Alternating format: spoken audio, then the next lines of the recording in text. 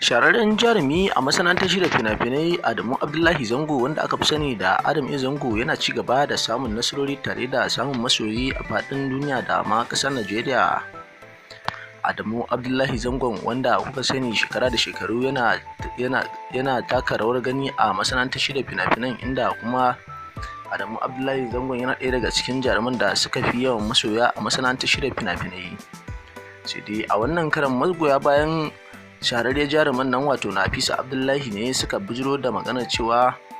jarumar tasu ta dace da shahararren jarumin wato Adamu Abdullahi Zango. Idan da san samu ne Adamu Abdullahi Zangon ya kasance a matsayin miji ga ita jaruma Nafisa Abdullahi. Jaruma Nafisa Abdullahi, wanda masoyanta suka buƙaci cewa Adam A Zangon suna da muradin ya zama shahararren miji ga kuma ita shahararriyar jarumar tasu wato Nafisa Abdullahi. Sai dai Adam A Zango ya riga da ya yi furucin cewa ya gama auren macen da ta san me take yi, domin kuwa wayewa a gidan aure bai ga ranar ta ba.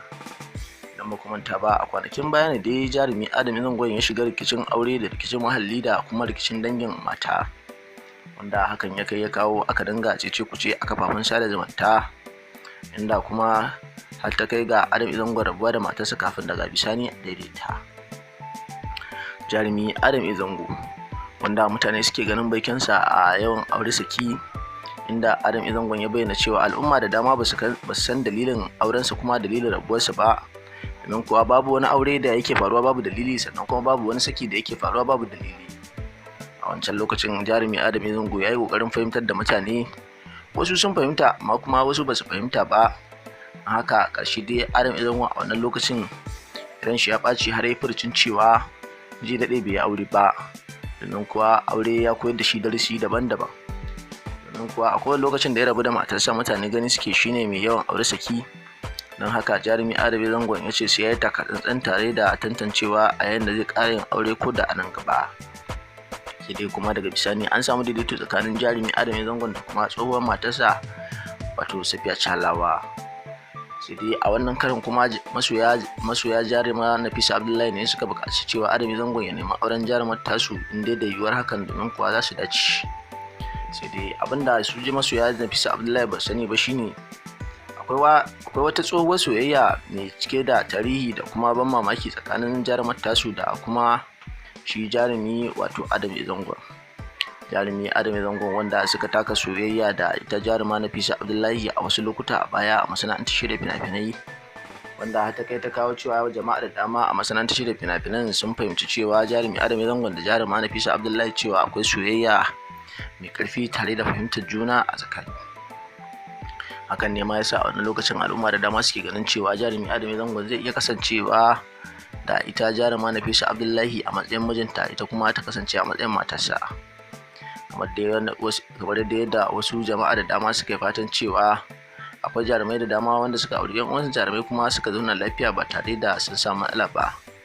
Don haka a maimakon wacce matsala da shi jarumi Adam A Zango yake fuskanta, da wasu matan wasu suka ce me zai hana ya jaraba yar uwarsa jaruma abokiyar sana'arsa,